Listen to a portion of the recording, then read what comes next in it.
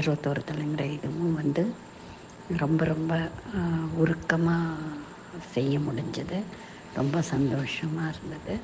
அதுக்கு பிறகு நீங்கள் அந்த குறிக்கோளுடன் கடைக்கால குறிக்கோளை அமைப்பது எப்படி அப்படின்னு வச்ச சத் சங்கத்தில் உங்களுடைய கருத்துக்கள் அத்தனையும் அப்படியே அருவியாக சொன்ன விதம் ரொம்ப நல்லா இருந்தது.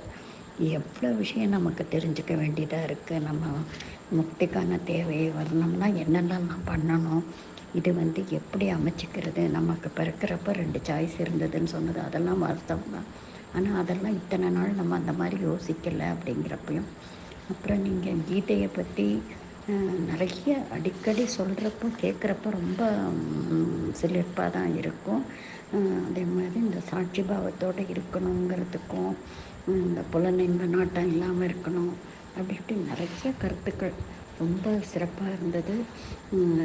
தியானம் செய்கிறதும், ஞானம் வளர்த்துக்கிறது, பலனை எதிர்பாராமல் ஒரு காரியத்தை செய்கிறது, எல்லாத்தையுமே சேர்ந்த மாதிரி நம்மளால் கடைப்பிடிக்க முடியும் அப்படிங்கிற ஒரு இதை சொன்னது ரொம்ப அற்புதமாக இருந்தது. அடிக்கடி நீங்கள் தனக்குத்தானே குருவாகிறது எப்படிங்கிறத சொல்லுவீங்க. ஆனாலும் இன்னும் இன்னும் மேலே மேலே கேட்குறப்போ ரொம்ப ரொம்ப அந்த கருத்துக்களுக்கு ரொம்ப நல்லா இருக்குது. மேலே மேலே தெரிஞ்சுக்கிட்டே போகிறப்போ ரொம்ப சந்தோஷமாக இருக்குது. ஆத்மபலம் கூடிக்கிட்டு வர்றதும் புரியுது. கொடான கொடி நன்றிங்கய்யா. இத்தனை வருஷம் கற்றுக்கிட்டதை எங்களுக்கு கடகடன்னு சொல்கிறீங்க. நாங்கள் இப்போ தான் பார்த்துட்டு கேட்டுட்ருக்கோம். உங்கள் கூட பயணம் பண்ணுறதுல ரொம்ப மகிழ்ச்சியாக இருக்குது.